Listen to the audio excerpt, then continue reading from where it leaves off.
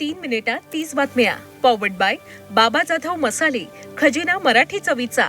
अस्सल खा, अस्सल रहा.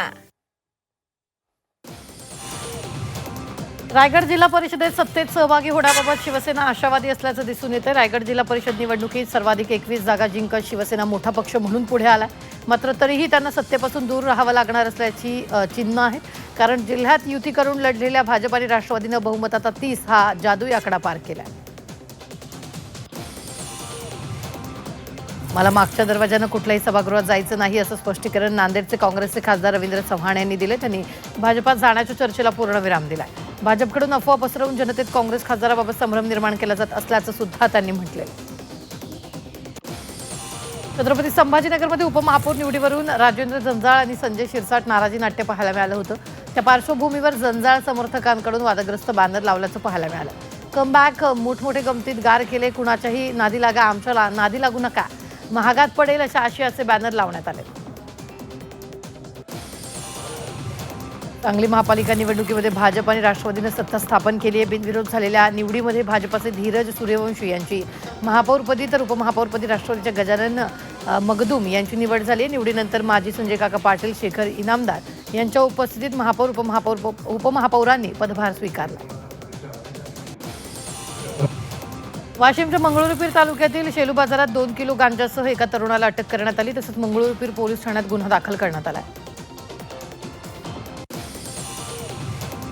कराड शहरातील ब्रिटिशकालीन कोयना पुलावर दुचाकीनं अचानक आग लागली. दुचाकीनं पेट घेतल्यानं पुलावर वाहतूक कोंडी झाली होती. तसंच आगीत दुचाकी जळून खाक झाली. चिंचवडच्या माळसांकात महाविद्यालयात चौकाजवळ अपघात झाला. एका 4 चाकी वाहनावर ट्रॅक्टरची ट्रॉली कोसळली आणि या अपघातात कोणतीही जीवितहानी झाली नाही. मात्र वाहनांचं मोठं नुकसान झालं.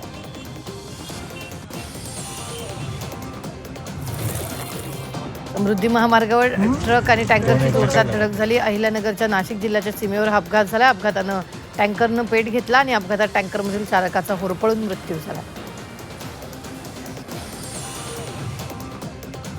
विरारमध्ये पाणीपुरीच्या गाडीवर साप आढळले. अचानक साप दिसतात ग्राहकाची पळापळ झाली आहे. घटनेत कुठलीही जीवितहानी नाही. घटनेमुळे नागरिकांमध्ये भीतीचं वातावरण आहे.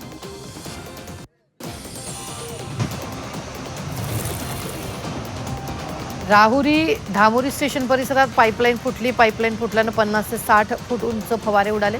पाईपलाईन फुटल्यानं लाखो लिटर पाण्याची नासाडी झाली. गेल्या 2 वर्षात DGCAनं अनुसूचित व्यावसायिक विमान कंपन्यांना 352 कारणं दाखवा नोटिसा बजावल्यात. इंडिगो आणि एअर इंडियाला 84 कारणं दाखवा नोटिसा बजावल्यात. एअर इंडिया एक्सप्रेसलाही 65 कारणं दाखवा नोटिसा बजावल्या.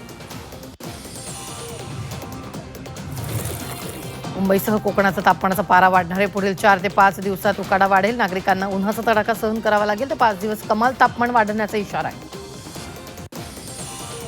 नेदरलँडनं T20 विश्वचषक स्पर्धेत दुबळ्या नामिबियावर सहज मात केली आहे. नामिबियानं प्रथम फलंदाजी करताना नेदरलँडसमोर विजयासाठी 157 धावांचं आव्हान ठेवलं होतं. मात्र नेदरलँडनं 3 विकेट्सच्या मोबदल्यात आव्हान पूर्ण केलेलं आहे. 72 धावांची मॅच विनिंग खेळी करणारा बॅस डी लीड नेदरलँडच्या विजयाचा शिल्पकार ठरला आहे.